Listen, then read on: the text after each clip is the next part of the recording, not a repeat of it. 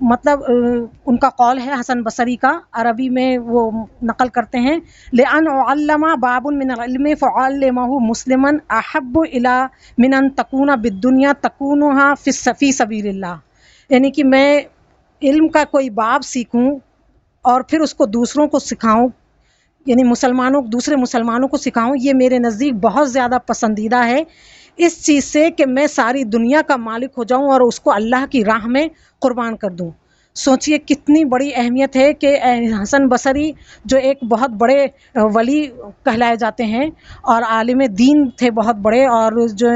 بہت بڑا ان کا اسلام میں مرتبہ ہے، رتبہ ہے، تو وہ یہ کہتے ہیں کہ دنیا مجھے حاصل ہو جائے اور وہ میں اللہ کی راہ میں قربان کر دوں، اس سے بہتر یہ ہے کہ میں کوئی علم کا ایک باب سیکھ کے اور جو ہے دوسرے مسلمانوں کو سکھا دوں، یہ زیادہ افضل ہے۔ دیکھیے ایک قول اس سلسلے میں شیخ صالح عثیمین رحمۃ اللہ علیہ نے اپنی کتاب میں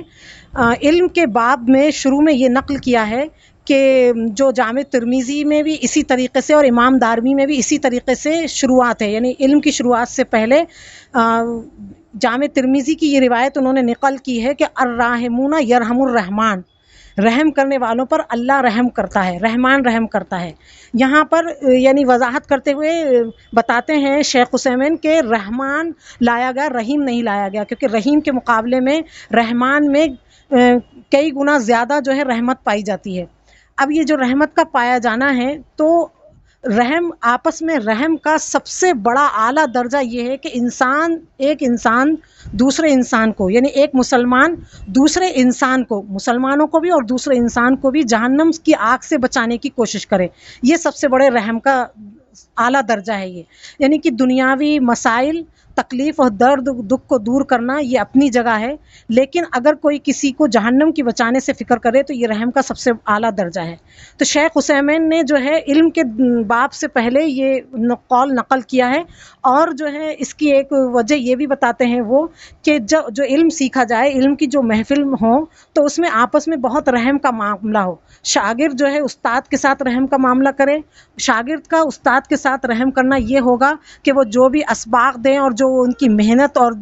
اپنا خون پسینہ اور انرجی اور اپنا حاصل مطالعہ جو پیش کرے، تو شاگرد ان کی عزت کرے، ان کا ادب کرے اور ان کے جو ہے دیے ہوئے علم کو سنجیدگی سے حاصل کر کے اس پہ عبور حاصل کرے، کھیل کود کر علم کو حاصل نہ کرے۔ اور استاد کا اپنے شاگرد کے ساتھ رحم کرنا یہ ہے کہ وہ جو ہے نرمی اور درگزر سے کام لے اور انتہائی شفقت اور پیار اور محبت کے ماحول میں جو ہے علم سکھائے۔ اور پھر جو ہے آپس میں طلباء کا بھی، کیونکہ یہ تین جو ہے آپس میں ایک دوسرے سے مربوط ہوتے ہیں علم کے دوران، استاد شاگرد سے، شاگرد استاد سے، اور آپس میں طلباء۔ تو طلباء کے بھی معاملے میں انہوں نے اس لیے یہ نقل کیا یہ قول کہ آپس میں طلباء بھی ایک دوسرے کے ساتھ رحم کا معاملہ کریں۔ کیوں؟ اس لیے یہاں پر رحم کیسے ہوگا کہ اگر کسی کو کچھ سمجھ میں نہیں آ رہا ہے، کسی کی عقل و فہم کسی سے زیادہ ہے، تو اس کو یہ بے چینی رہے کہ میرے ساتھی تک یہ پیغام پہنچ جائے، حدیث کا یہ پیغام، قرآن کا یہ پیغام، شریعت کا یہ پیغام، جو استاد نے جو علم دیا یہ جو ہے میرے شاگرد تک صحیح معنوں میں پہنچ جائے، جو میں نے کیچ کیا، جو میں نے آبزرو کیا، فلاں نہیں کر پایا تو میں اس تک پہنچا دوں، اور یا کوئی غیر حاضر ہے یا کسی وجہ سے کچھ کسی کا چھوٹ گیا تو آپس میں شاگردوں کا رحم کرنا یہ ہے کہ ان تک وہ بات پہنچا دی جائے۔ تو یہ جو ہے کچھ اقوال تھے اور اس کی اہمیتیں تھیں، اور اس کے علاوہ یعنی علم کا جو درجہ ہے اس کو جو ہے ایک عالم دین نے قرآن کی اس آیت سے جو سورہ مائدہ کی ہے کہ یعنی انسان اگر علم سے دور ہو جائے تو کہا ہے انہوں نے اپنے بیان میں کہ وہ کتوں سے بھی بدتر ہو جاتا ہے اگر وہ علم سے دور ہو جائے۔ اس کی دلیل انہوں نے سورہ مائدہ کی اس آیت کو بنائی کہ وما علمتم من الجوارح مقلبین تعلمونہن مما علمکم اللہ۔ تو سورہ مائدہ کی یہ آیت ہے جس کا ترجمہ یہ ہے کہ یہ جو کلب معلم وہ کتا ہے جس کو شکاری کی ٹریننگ دی جاتی ہے، شکار کی ٹریننگ دی جاتی ہے۔ کتے کا شکار حرام ہے، جائز نہیں ہے، لیکن کلب معلم کو سورہ مائدہ میں ذکر کیا گیا کہ کلب معلم وہ کتا ہے جس کو شکار کرنے کی ٹریننگ دی گئی، علم دیا گیا، جس کو سکھایا گیا کہ کس طریقے سے شکار کرنے سے وہ کھانے کے قابل ہوگا اور حلال ہوگا۔ تو تو اس کو جو ہے ہمیشہ کے لیے قلم بند کر دیا گیا عزت کے ساتھ. ایک کتے کا ذکر عزت کے ساتھ سورہ مائدہ میں ذکر کر دیا گیا علم حاصل کرنے کی وجہ سے. اور اس کے علاوہ سورہ کہف میں جو کتے کا ذکر ہے اس کا ایک عام ذکر کیا گیا کہ اس کو جو ہے صرف اللہ تعالیٰ نے پہرا دینے کے طور پہ بٹھایا تھا، لیکن اس کو کا عام ذکر ہے. لیکن یہاں پر جس کتے کا ذکر ہے وہ کلب معلم ہے. تو یعنی کہ بتایا گیا ہے، انہوں نے تفسیر میں اس کے بتایا ہے ایک مفسر نے، کہ انسان اگر علم سے دور ہو جائے تو وہ کتوں سے بھی بدتر ہو جاتا ہے، جبکہ کتا ایک کتنا مبغوض اور مکروہ جانور ہے. تو اس لیے جو ہے ہمیں چاہیے کہ ہم جو ہے علم سے کسی بھی ناطے سے جڑے رہیں.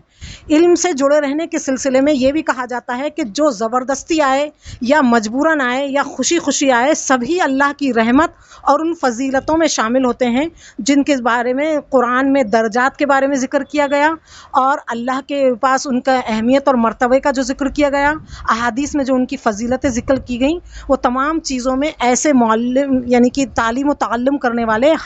شامل ہوتے ہیں. لیکن اگر یہ علم سے دور ہو جائے انسان، تو ایک حدیث میں ہے کہ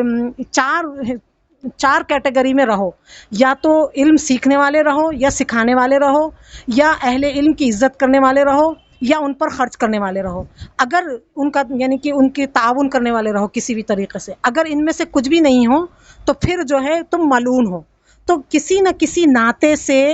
علم سے جڑے رہنا ہی لازم ہے، ورنہ انسان جو ہے بہت ہی اللہ کے نزدیک بہت ہی بری کیٹیگری میں ہے. یعنی جانور صرف جانور ہی نہیں، بلکہ جانوروں میں سب سے مقبوض جانور کتوں سے بھی گیا گزرا کہا گیا ہے اسے. تو اس لیے اللہ کے علم سے جڑے رہنا. اور میں نے اس سے پہلے واضح کیا تھا کہ علم جو ہے، ابھی بھی جیسے میں نے واضح کیا کہ دنیاوی علم اپنی جگہ اس وقت جو ہے باعث رحمت ہوتے ہیں جب انسان دینی علوم پہ عبور حاصل کر کے دنیاوی علم حاصل کرے. کیونکہ ایک عالم دین کا علم حاصل کرنا کسی بھی قسم کا، وہ ایک الگ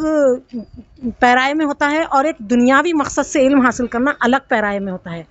عالم دین کہتے کس کو ہیں؟ جیسے کہ چند کپڑوں کے ٹکڑوں کو جوڑ دینے والا ٹیلر کہلاتا ہے، لکڑی کے ٹکڑوں کو جوڑ دینے والا کارپینٹر کہلاتا ہے، اور اسی طریقے سے نقش و نگار کر کے گھر اور عمارت بنا دینے والا انجینئر کہلاتا ہے. اسی طریقے سے ہر فن کا ماہر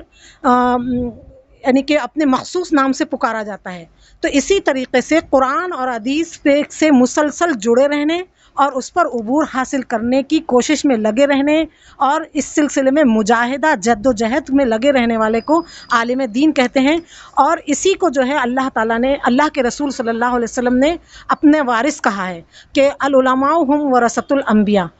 انبیاء کا وارث یہ معمولی چیز نہیں ہے. اگر کسی اہم شخصیت سے ہم کو جوڑ دیا جائے تو ہم کتنے خوش ہوتے ہیں اور اپنے آپ کو باعث عزت سمجھتے ہیں، لیکن ہم کو جو ہے اتنا بڑا شرف دیا جا رہا ہے کہ جو انبیاء کے سردار، صرف یعنی کہ آپ صلی اللہ علیہ وسلم ہی نہیں بلکہ تمام انبیاء کا وارث کہا گیا، کیونکہ تمام انبیاء جو ہے تعلیم و تعلم کے لیے ہی آئے تھے، صحیح رہنمائی کے لیے ہی آئے تھے. تو انبیاء کا وارث کہا گیا ہے. تو اگر یعنی کہ کوئی انسان اگر مر جاتا ہے تو اس کو اس کے جو آل اولاد ہوتی ہے